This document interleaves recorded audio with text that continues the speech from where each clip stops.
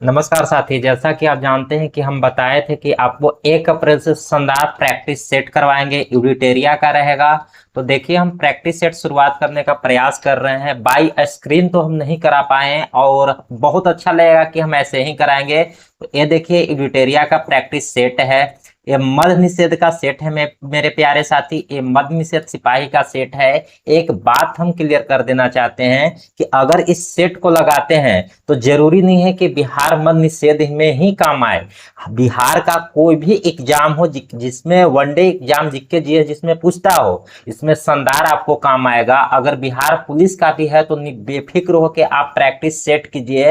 पढ़ाई आप किसी से कीजिए, कहीं से करिए, पर प्रैक्टिस सेट बेहतरीन लगाइए। उसके लिए सेट हम बताने वाले हैं। तो इसे आप देख सकते हैं, ये हो गया आपका प्रैक्टिस सेट करवाएंगे। ये हर दिन आपको रात 9 बजे एकदम मिल जाएगा आपको वीडियो।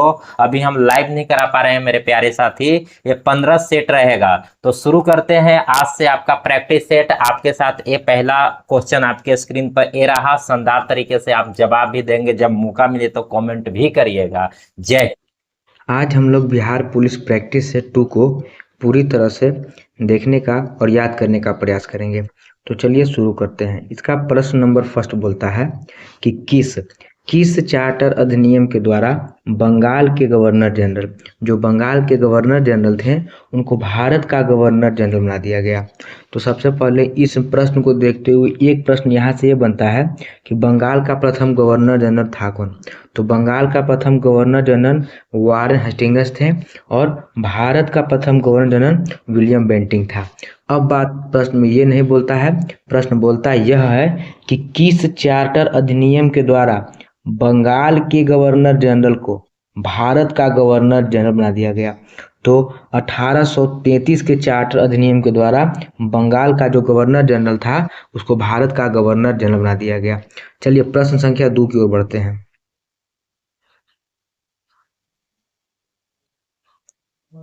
इसमें सूची को मिलाना है। संविधान में दिए गए सभी सूची को, 12वीं सूची को याद रहेगा, तभी सूची का आप मिला पाएंगे। तो सबसे पहले ध्यान देना है कि द्वितीय अनुसूची क्या है।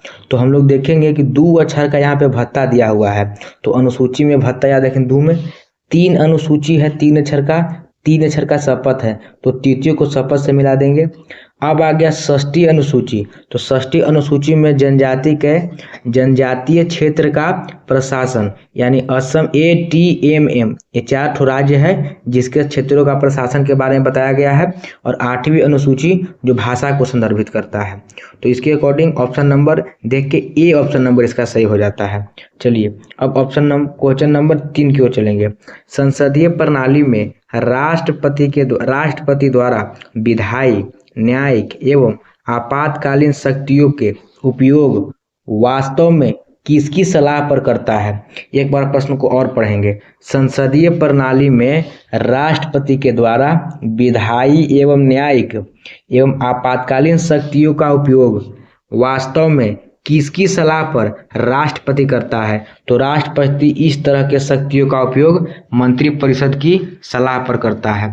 प्रश्न संख्या 4 की ओर बढ़ेंगे। निम्नलिखित में से कौन सी स्वतंत्रता भारत के संविधान के प्रस्तावना में नहीं दी गई है। यानी प्रश्न बोल रहा है कि स्वतंत्रता संविधान के प्रस्तावना में नहीं दी गई, उसको पहचानना है। तो अभिव्यक्ति की स्वतंत्रता भी दी गई है, विश्वास की भी दी गई है, धर्म और उपासना की भी स्वतंत्रता हमारे संविधान में दी गई है। तो ऑप्शन नंबर डी हमारा करेक्ट हो जाएगा कि इनमें से कोई नहीं। चलिए प्रश्न संख्या 5 की ओर चलते हैं। भारतीय संविधान के विदेशी स्रोतों के संबंध में निम्नलिखित में से कौन सा जोड़ा सुमेलित नहीं है, ध्यान देंगे। तो ऑस्ट्रेलिया से समवर्ती सूची लिया गया है, एक पहला सही है। कनाडा से संसदीय प्रणाली नहीं, कनाडा से नहीं, संसदीय प्रणाली ब्रिटेन से लिया गया है। तो ऑप्शन नंबर बी हमारा सही हो जाएगा, ऑप्शन नंबर बी हमारा सही हो जाएगा। अब देखिए, जापान से विधि द्वारा स्थापित प्रक्रिया ये लिया गया है, स्टेटमेंट बिल्कुल सही है। आयरलैंड से राष्ट्रपति का निर्वाचन मंडल और राज्य के नीति निर्देशक तत्व आयरलैंड से लिए गए हैं। तो यहाँ पे ऑप्शन नंबर बी आपका सही हो जाएगा, संसदीय शासन प्रणाली को कनाडा से नहीं लिया गया है और प्रश्न भी पूछता है कौन सुमेलित नहीं है। चलिए प्रश्न संख्या 6 की ओर चलते हैं। बिहार किस क्षेत्रीय परिषद के अंतर्गत आता है? तो बिहार जो है पूर्वी क्षेत्रीय परिषद के अंतर्गत आता है। प्रश्न संख्या 7 की ओर चलते हैं।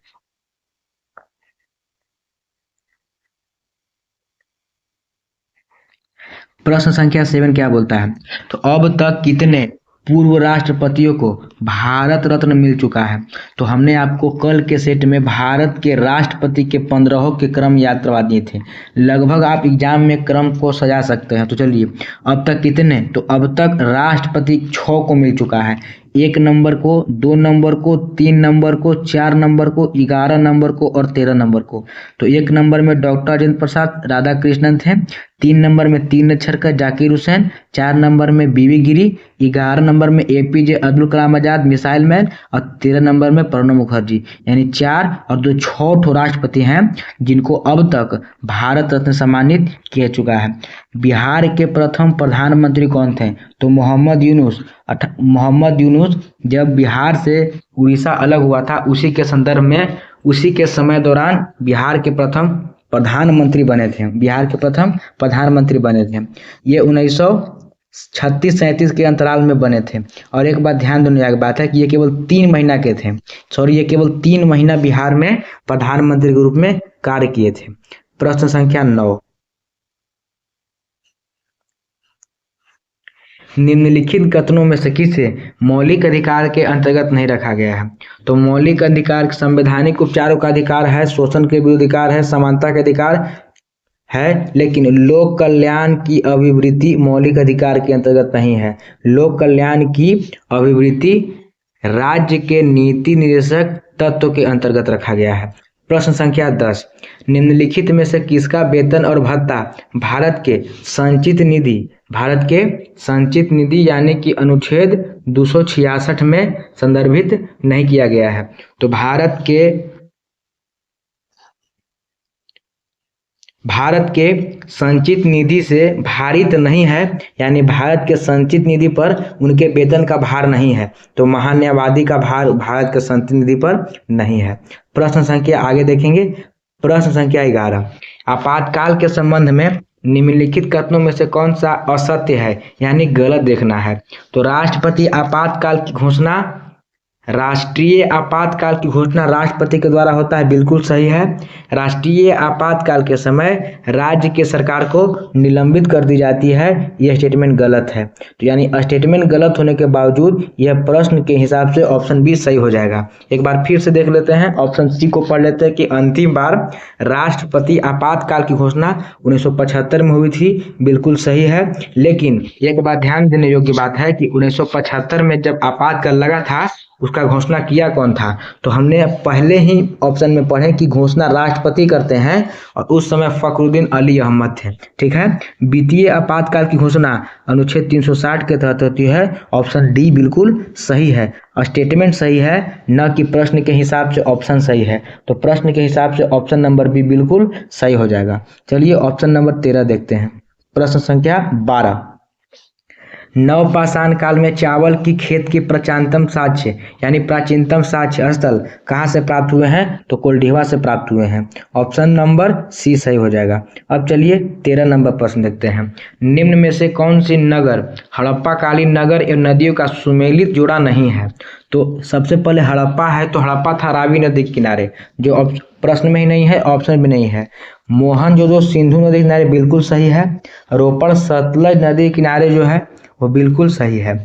रंगपुर जो है मादर नदी के किनारे है, बिल्कुल सही है। लेकिन आलमगीरपुर जो घग्घर नदी के किनारे दिया गया हुआ है यह गलत है। आलमगीरपुर हिंडन नदी के किनारे बसा है। तो प्रश्न के हिसाब से ऑप्शन नंबर डी गलत भी है और ऑप्शन नंबर डी का मेल भी गलत है, और प्रश्न बोल भी यही रहा है कि सुमेलित तो नहीं है, उसी को ढूंढिए। तो ऑप्शन नंबर डी बिल्कुल सही हो जाएगा। चलिए अब देखते हैं प्रश्न संख्या 14 क्या बोलता है। समुद्रगुप्त द्वारा चलाए गए सोने के सिक्के में सर्वाधिक लोकप्रिय कौन सा है? तो सबसे पहले बात को देखेंगे, समुद्रगुप्त को भारत का नेपोलियन भी कहा जाता है। समुद्रगुप्त को भारत का नेपोलियन कहते हैं। और समुद्रगुप्त ने अपने शासनकाल के दौरान मुख्य रूप से 6 प्रकार के सोने के सिक्के चलवाए थे, जिनमें गरुड़ भी है, ये उन्हीं के सिक्के चलाए गए हैं। गरुड़ भी उन्हीं के सिक्के हैं, परशु भी उन्हीं के सिक्के हैं, अश्वमेघ भी उन्हीं के सिक्के हैं और धनुर्धर भी उन्हीं के सिक्के हैं। लेकिन इनमें दिया गया क्या है कि सर्वाधिक प्रचलित या लोकप्रिय कौन था, तो धनुर्धर। सबसे प्रचलित धनुर्धर था इनमें से। चलिए अगला क्वेश्चन देखते हैं। क्वेश्चन नंबर 15, दशराज युद्ध का वर्णन ऋग्वेद के किस मंडल में है? तो ऋग्वेद के किस मंडल में है? तो सबसे पहले ऋग्वेद सबसे पुराना और सबसे बड़ा वेद में से एक है, ठीक है। ऋग्वेद सबसे पुराना है और सबसे बड़ा वेद है। इसमें दशराज युद्ध का वर्णन में 7वां मंडल सबसे महत्वपूर्ण है। ऋग्वेद में केवल 10 मंडल है, केवल 10 मंडल है। पहला और आखिरी मंडल सबसे अंत में जोड़ा जाने के कारण सबसे नया मंडल हो जाता है। और एक बात यहाँ जानना है,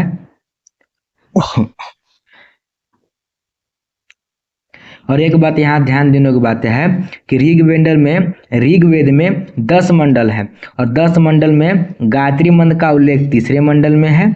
10वें मंडल में वर्ण व्यवस्था के बारे में बताया गया है और 9वें मंडल में भगवान सोम के बारे में वर्णन किया गया है।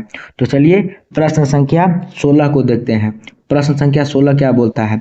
तो शासक को उनके वंश से मिलाना। तो देवराय प्रथम संगम वंश के हैं, नरसिंह सुलु वंश के हैं, देवराय कृष्ण तुलु वंश के हैं, तिरुमल आरवाडु वंश के हैं। विजयनगर साम्राज्य 1333-36 में उसी का संगम सुलु तुलु आरवाडु वंश के बारे में इसमें दिया गया है। प्रश्न संख्या 17 की ओर बढ़ते हैं। फ्रांसीसियों की पहली कोठी भारत में कहाँ खोली गई थी? तो फ्रांसीसीय सबसे अंत में आए थे और अपने द्वारा खोली गई पहली कोठी भारत के गुजरात राज्य के सूरत शहर में खोली गई थी। प्रश्न संख्या 18 नंबर, किसने कहा था कि कांग्रेस क्षय रोग से मरने वाली है? कांग्रेस को क्षय रोग से मरने के लिए किसने कहा था? तो अरविंद घोष ने कहा था कि कांग्रेस जो है वो क्षय रोग से मरेगी, ठीक है। चलिए आगे देखते हैं।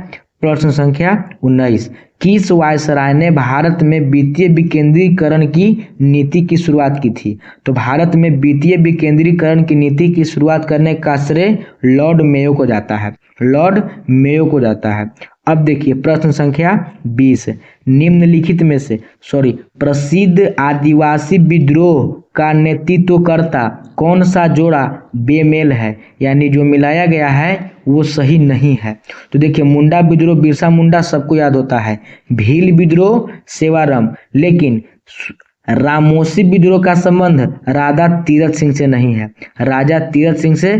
है। जो रामोसी विद्रोह है उसका संबंध राजा तीरथ सिंह से नहीं है, बल्कि राजा तीरथ सिंह का जो संबंध है वो खासी विद्रोह से है। उसका विद्रोह खासी विद्रोह से संबंधित है।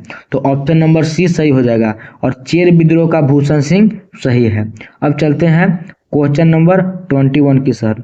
1857 के विद्रोह के किसने एक सामंतवादी प्रतिक्रिया माना था? सामंतवादी प्रतिक्रिया मानने वाले कौन थे?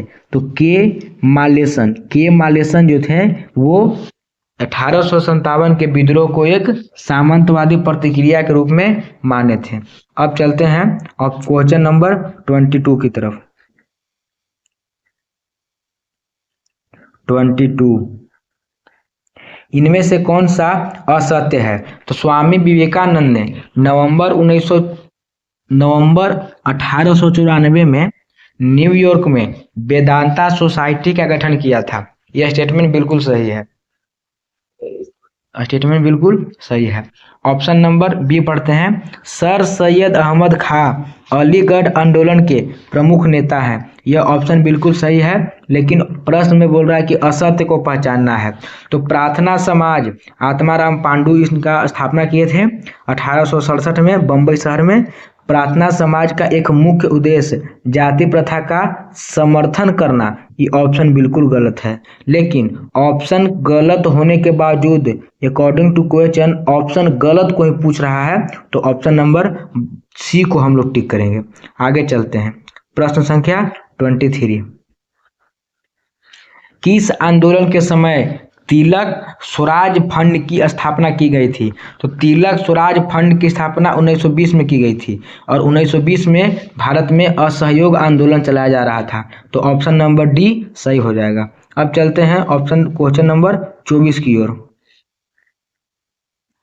किनके प्रयासों से गांधी जी एवं अंबेडकर जी के बीच पूना समझौता संपन्न हुआ था? तो सबसे पहले जानेंगे पूना समझौता हुआ 1932 में था। मदन मोहन मालवीय के प्रयास से इन दोनों के बीच समझौता करवाया गया था। ठीक है, अब चलते हैं प्रश्न संख्या 25 यानी 25 की ओर। भारत के सर्वोच्च न्यायालय ने किस राज्य सरकार को भारत के सर्वोच्च न्यायालय ने किस राज्य सरकार को सारंड वन क्षेत्र को वन्य जीव अभयारण्य घोषित करने का निर्देश दिया है? इससे मतलब नहीं है, पूछ रहा है कि सारंड वन क्षेत्र जो वन्य जीव अभयारण्य है वो किस राज्य में है? तो झारखंड में है। कहाँ है? झारखंड में। प्रश्न संख्या 26। वैद्यरवन राजा रमन जिनका हाल में ही निधन हो गया है किस क्षेत्र के प्रमुख रूप से जुड़े थे? तो वैद्येश्वरन राधा रमन का संबंध कंप्यूटर विज्ञान से था। उनका संबंध कंप्यूटर विज्ञान से था जिनकी मृत्यु हाल में ही हो गई है। अब चलते हैं प्रश्न संख्या 27 की ओर। नीतीश कुमार ने कितनी बार बिहार में मुख्यमंत्री के रूप में शपथ लेकर इतिहास रच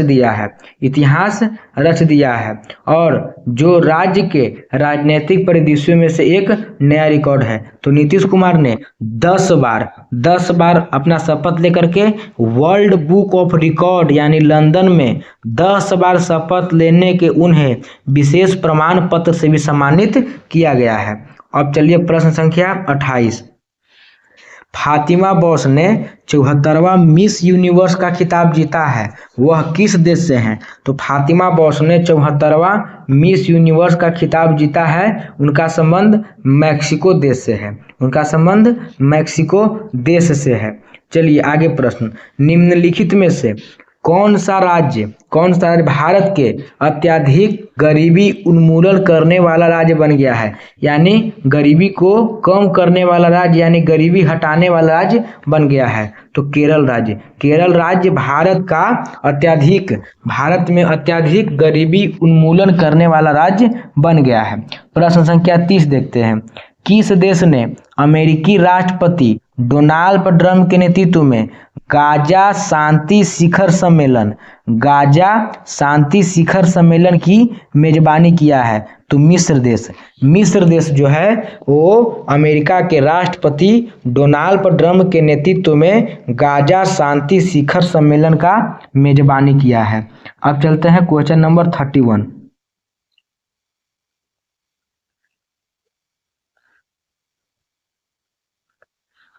भारतीय नौसेना ने अपना नवीनतम नौसैनिक अड्डा INS अरावली निम्न में से किस स्थान पर स्थापित किया है?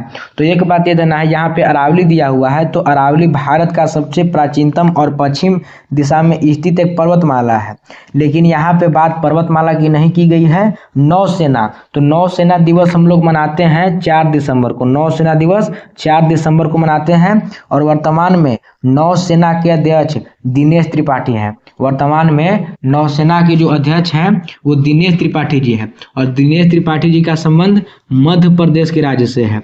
लेकिन यहाँ तक इस प्रश्न से कोई लेना देना नहीं है।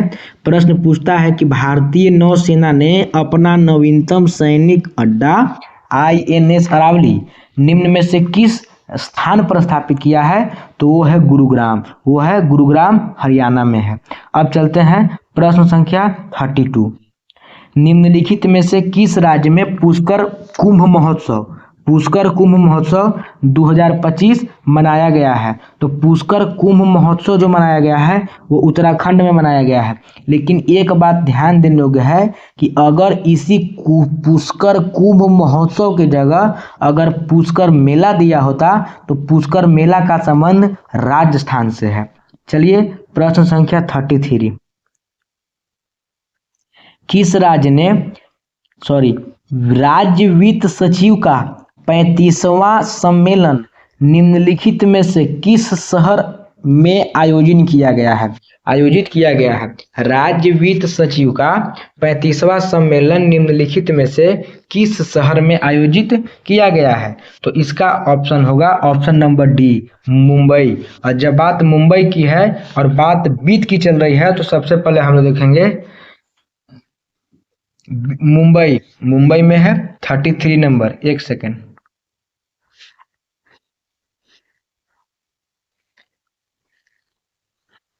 राज्य वित्त सचिव का 35वां सम्मेलन, राज्य वित्त सचिव का 35वां जो सम्मेलन है वो मुंबई में हुआ है।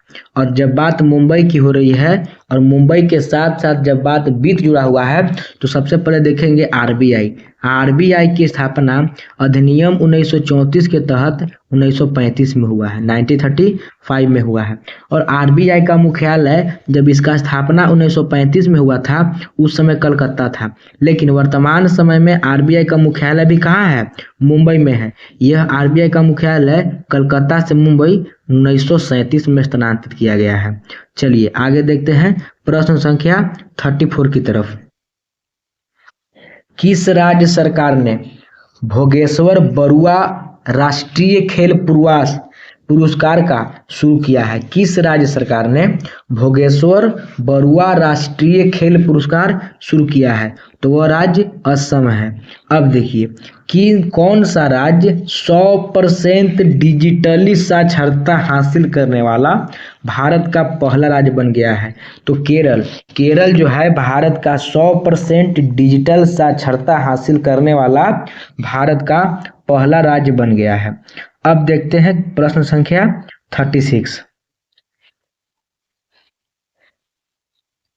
राष्ट्रीय पर्यावरण अभियांत्रिक अनुसंधान संस्थान, राष्ट्रीय पर्यावरण अभियांत्रिक अनुसंधान संस्थान की स्थापना कब की गई थी? तो इसका स्थापना 1958 में किया गया था।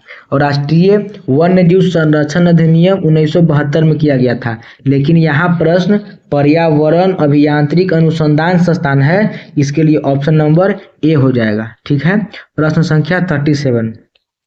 निम्नलिखित में से किस राज्य और केंद्र शासित प्रदेश में वन्यजीव अभयारण्य की संख्या सर्वाधिक है?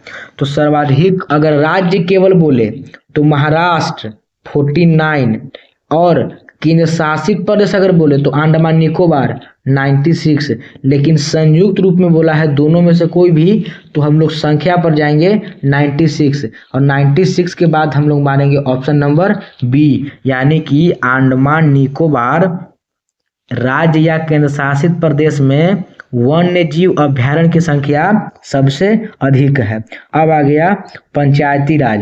पंचायती राज दिवस किस तिथि को मनाया जाता है? अगर डेट में पूछे एग्जाम में, किसी भी एग्जाम में अगर डेट के बारे में बोला जाए तो यह प्रश्न बार बार रिपीट करता है। ठीक है। पंचायती राज दिवस किस तिथि को मनाया जाता है? तो पंचायती राज दिवस 24 अप्रैल को मनाया जाता है। 24 अप्रैल को मनाया जाता है। इसके पीछे छोटा सा कहानी है कि राष्ट्रीय पंचायती राज दिवस यानी हमारे संविधान का 73वां संविधान संशोधन अधिनियम 1992 में जो हुआ था उसमें पंचायती राज को संविधान में दर्जा मिला था। लेकिन यह दर्जा 24 अप्रैल उसके एक साल बाद यानी कि 1992 में लागू हुआ था या संविधान संशोधन हुआ था। उसके बाद अगले वर्ष यानी 24 अप्रैल 1993 को लागू किया गया और उसी के उपलक्ष्य में 24 अप्रैल 1993 से इसी को पंचायती राज दिवस के रूप में मनाया जाते आ रहा है। चलिए आगे देखिए, पहला परमाणु ऊर्जा शिखर सम्मेलन कहाँ हुआ था? तो हम लोग पीछे वाले सेट में पढ़े थे कि भारत ने अपना पहला परमाणु परीक्षण कब किया था? तो भारत ने अपना पहला परमाणु परीक्षण 18 मई 1974 को किया था और दूसरा परमाणु परीक्षण मई के महीने में ही 1998 में किया था। लेकिन प्रश्न यहाँ पे पूछ रहा है कि पहला परमाणु ऊर्जा शिखर सम्मेलन कहाँ हुआ था? तो बेल्जियम में हुआ था। पहला परमाणु ऊर्जा शिखर सम्मेलन बेल्जियम में किया गया था। प्रश्न संख्या चलेंगे 40 की ओर। निम्नलिखित में से कौन सा उर्दू भाषा के लिए ज्ञानपीठ पुरस्कार के विजेता है? ज्ञानपीठ पुरस्कार के विजेता है। एक बात यहाँ पे ध्यान देना है कि ज्ञानपीठ पुरस्कार साहित्य के क्षेत्र में दिया जाने वाला बहुत बड़ा पुरस्कार है, ठीक है। और एक बात है कि उर्दू भाषा के लिए सबसे पहले ज्ञानपीठ विजेता फिराक गोरखपुरी है। तो फिराक गोरखपुरी हैं जो उर्दू में सबसे पहले ज्ञानपीठ पुरस्कार प्राप्त किए थे। लेकिन हमने कभी प्रश्न देखा है कि सबसे पहले किनको ज्ञानपीठ पुरस्कार प्राप्त हुआ था, तो वो मिला था शंकर कुरुप को, जो मलयालम भाषा से संबंधित है। और हिंदी में पूछे कि हिंदी में सबसे प्रथम ज्ञानपीठ पुरस्कार किन्हें मिला था, तो सुमित्रा नंदन पंत को हिंदी में मिला था। और अगर पूछे कि कौन महिला थी जिनको सबसे पहले ज्ञानपीठ पुरस्कार मिला था, तो आशा पूर्णा देवी जो थी उनको ज्ञानपीठ पुरस्कार पाने वाली पहली महिला थी। और उनको बंगाली भाषा के लिए 1976 ईस्वी में उनको ज्ञानपीठ पुरस्कार मिला था। और बात जब अंग्रेजी की करें कि अंग्रेजी में किनको मिला था, तो अमिताभ घोष को मिला था। हिंदी में आपको मैंने बताया कि हिंदी में सुमित्रा नंदन पंत को पहला बार मिला था। उर्दू में बताया कि उर्दू में फिराक गोरखपुरी को मिला था और अंग्रेजी में अमिताभ घोष को मिला था, ठीक है। सबसे पहले पूछे, ना हिंदी ना इंग्लिश ना मैथ, कोई सब्जेक्ट को मेंशन न करते हुए पूछे कि सबसे पहले ज्ञानपीठ पुरस्कार मिला किन्हें था, तो शंकर कुरुप को मिला था। शंकर कुरुप को मिला था। और सबसे पहले महिला किनको मिला था, तो आशा पूर्णा देवी को मिला था। चलिए प्रश्न संख्या हम आगे देखते हैं। होलकर ट्रॉफी का संबंध किस खेल से है? होलकर ट्रॉफी है, इसका संबंध जो है वो ब्रिज खेल से है, 41 नंबर प्रश्न। अब आते हैं 42 नंबर प्रश्न के बाद। प्रसिद्ध भजन सोपारी का संबंध किस वाद्य यंत्र से है? तो सोपारी का संबंध संतूर वाद्य यंत्र से है, ठीक है। अब आते हैं अगला प्रश्न।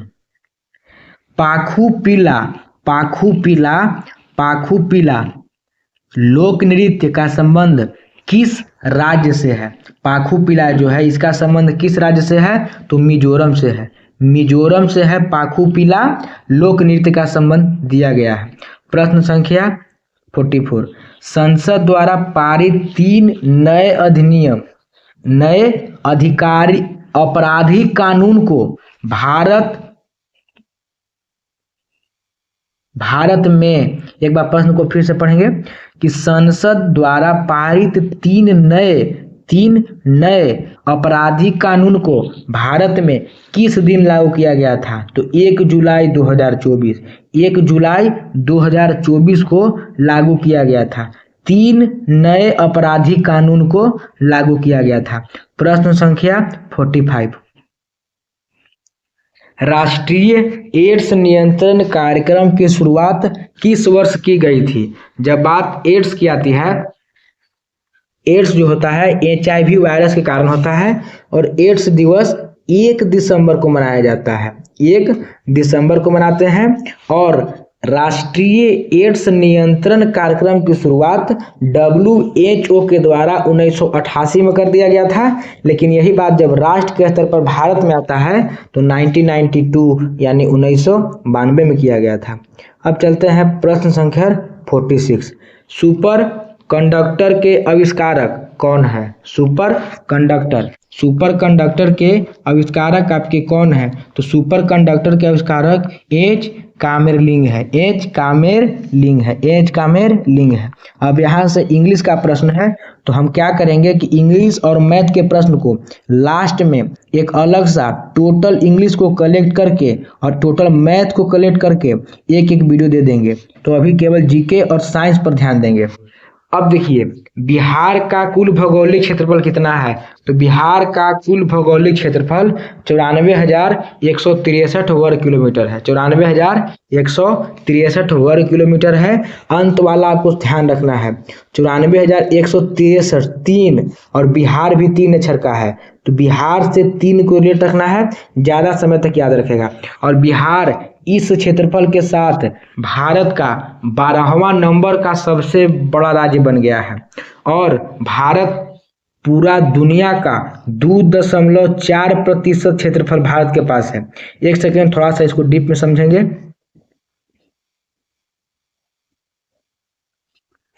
पूरा दुनिया जो है, मान लीजिए वर्ल्ड है, तो पूरा वर्ल्ड का केवल भारत के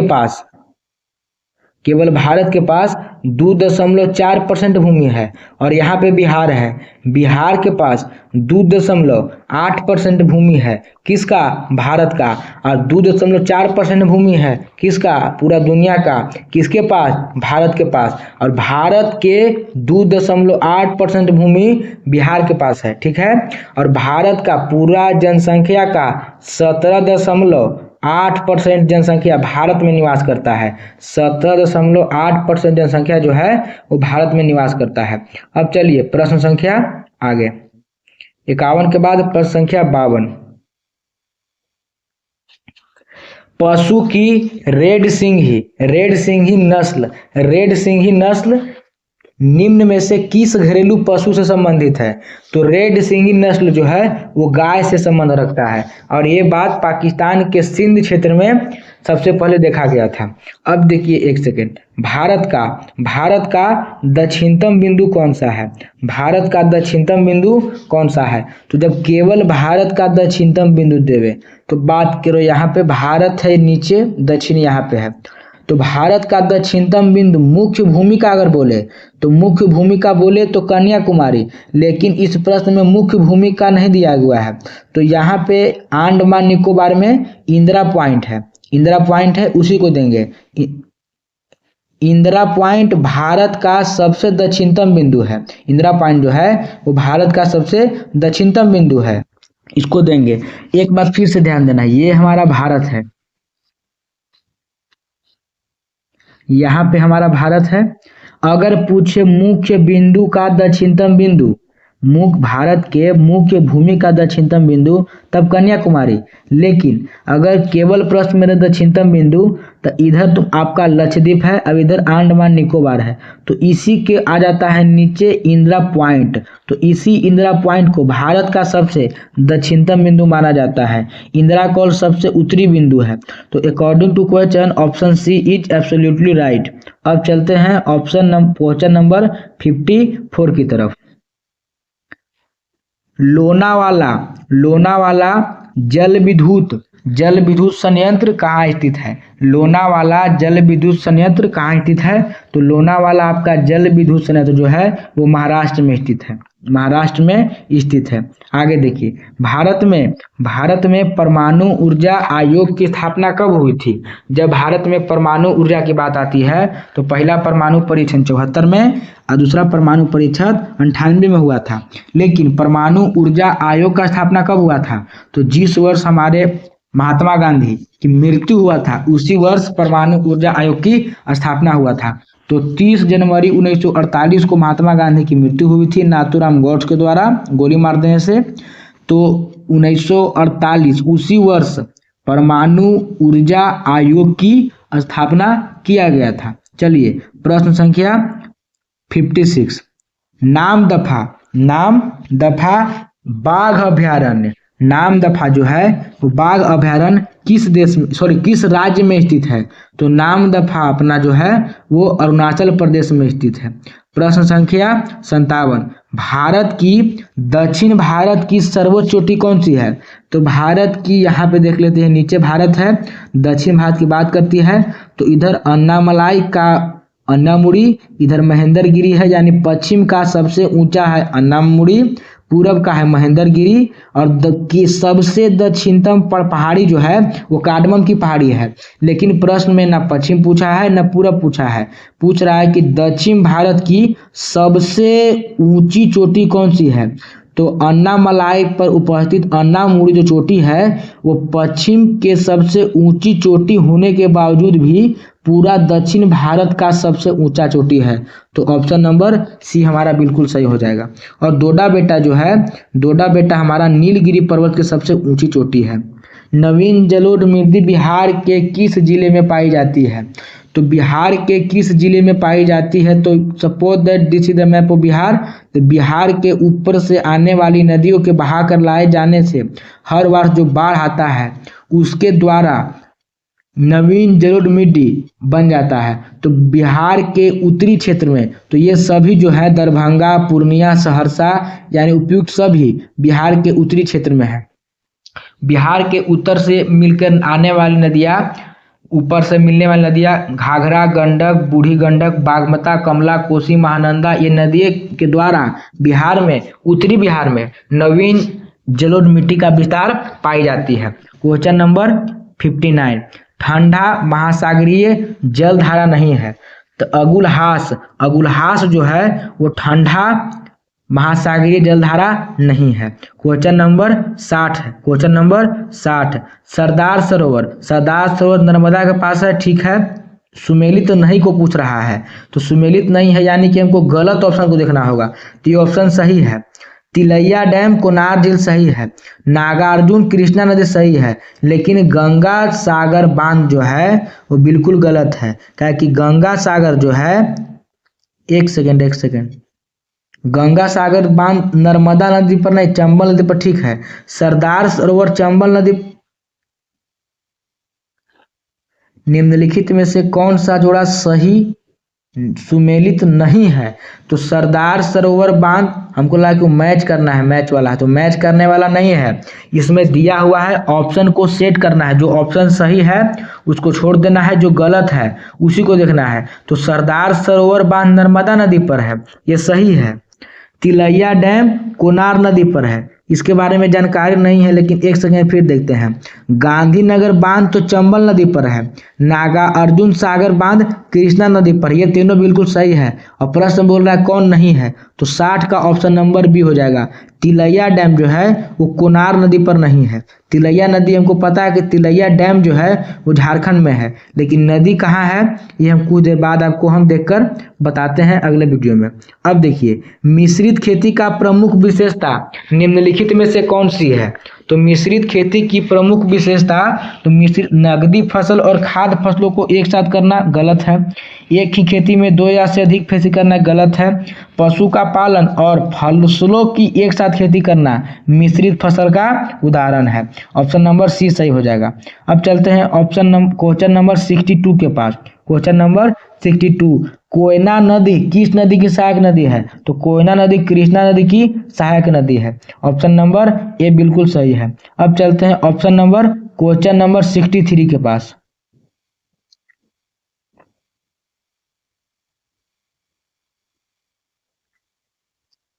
शीत ऋतु में भारत के उत्तर भाग में किस कारण वर्षा होती है? अगर यहाँ पे प्रश्न में शीत ऋतु न होकर के वर्षा ऋतु रहता तो दक्षिण पश्चिम मानसून के कारण भारत के उत्तरी भाग में वर्षा होती है। लेकिन दक्षिण पश्चिम मानसून ऑप्शन यहाँ पे है, ये ऑप्शन यहाँ पे गलत है। ये ऑप्शन यहाँ पे सही तब होता जब शीत के जगह वर्षा ऋतु रहता। तो अब यहाँ पे देखेंगे कि शीत ऋतु में कौन कराता है, यानी ठंडे के मौसम में उत्तर भारत में कभी कभी वर्षा देखने को मिलता है। इसका कारण पश्चिमी विभोज होता है। अब देखिए, रासायनिक परिवर्तन में निम्न से कौन सी घटनाएं हो सकती है? तो रंग में परिवर्तन होना आम बात है, किसी गैस का बनना, इनमें से सभी। ऑप्शन नंबर डी हो जाएगा। अब चलिए क्वेश्चन नंबर 65 की ओर चलते हैं। तो सूची को मिलान कीजिए और सही उत्तर का चयन कीजिए। इसमें से नायलॉन, पीवीसी पाइप, तो पीवीसी पाइप जो बना होता है थर्मोप्लास्टिक का बना होता है। तो ऑप्शन नंबर बी का एक से मिलान कहाँ किया गया है? तो ऑप्शन नंबर बी का एक से मिलान सी में और बी में दोनों में किया गया है। अब आगे देखते हैं कि नायलॉन किसका बना होता है? तो नायलॉन फाइबर का बना होता है।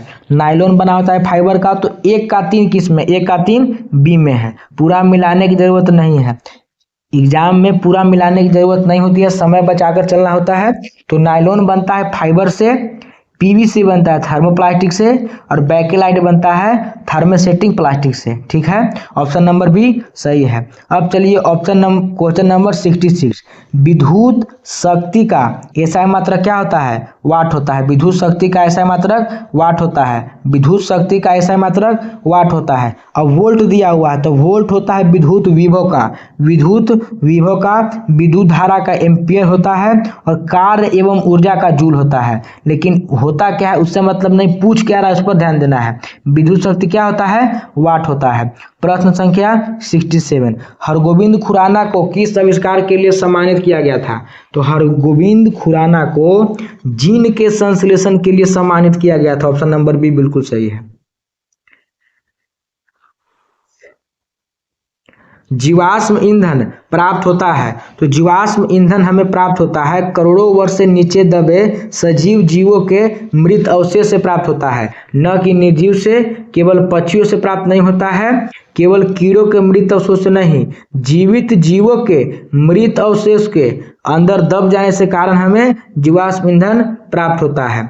अब देखिए एम्फीबिया, एम्फीबिया बताता है, तो एम्फीबिया मतलब होता क्या है? तो एम्फीबिया का अर्थ होता है, एम्फीबिया जिसको बोलते हैं उभयचर, उभयचर जल में भी होता है और स्थल दोनों पर रह सकते हैं। तो एम्फीबिया का अर्थ होता है जो जल और स्थल दोनों पर रहे। प्रश्न संख्या देखेंगे मशरूम, मशरूम में पाया जाने वाला पोषण का साधन क्या है? यानी जब मशरूम है अपने आप को किस विधि के द्वारा अपने आप को जीवित रखता है? तो मशरूम मृतोपजीवी, सड़े गले जगहों पर, मरे हुए जगहों पर जाकर अपना भोजन बनाता है और अपने आप को जीवित रखता है। प्रश्न संख्या 89, कृषि विपणन प्रणाली, कृषि विपणन प्रणाली में सुधार के लिए भारत सरकार द्वारा अपनाया गया नीतिगत उपाय क्या है? नीतिगत उपाय क्या है? तो सार्वजनिक वितरण प्रणाली पीडीएफ ये भी है, न्यूनतम समर्थक मूल्य ये भी है, बफर स्टॉक रख रखाव ये भी उपयुक्त सही। ऑप्शन डी सही है, ऑप्शन डी सही है। अब देखिए मुद्रास्फीति का कारण किसको लाभ होता है?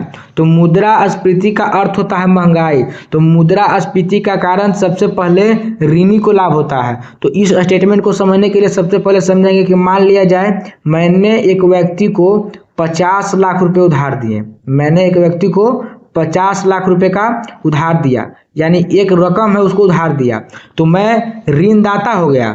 और अगला जो है हमसे जो ऋण लिया है आदमी बी जो है, मैं ए हूँ और एक व्यक्ति बी है, तो मैंने उसको 50 लाख रुपए का लोन दिया है। और कब दिया है? मुद्रास्फीति के दौरान। अब मुद्रास्फीति का अर्थ होता है महंगाई का लगातार बढ़ते रहना। तो हमने उसको 50 लाख दिया है और वो व्यक्ति ने 50 लाख कहीं इन्वेस्ट कर लिया, इन्वेस्ट करने के बावजूद अब उस 50 लाख का वैल्यू 70 लाख रुपया हो गया है, 70 लाख वैल्यू हो गया है। अब वो हमसे 70 लाख, हमको तो 50 लाख ही देगा, तो अपने 70 लाख में से 50 लाख हमको दे करके अपने आप को 20 लाख का लाभ पहुंचाएगा। और प्रश्न बोल ही रहा है कि लाभ होगा किसको? तो लाभ किसको होगा? ऋणी को, जो कर्ज लेता है मुद्रास्फीति के दौरान उसको लाभ होता है। ठीक है, आगे देखिए भारत में पहली जनगणना नीति की घोषणा कब की गई थी? तो सबसे पहले भारत में सबसे पहली जनगणना 1872 में लॉर्ड मेयो के काल में हुआ था और 1881 में लॉर्ड रिपन के काल में यह 10 वर्षीय जनगणना शुरू हुआ था। लेकिन इन दोनों से इस प्रश्न का कोई मतलब नहीं है।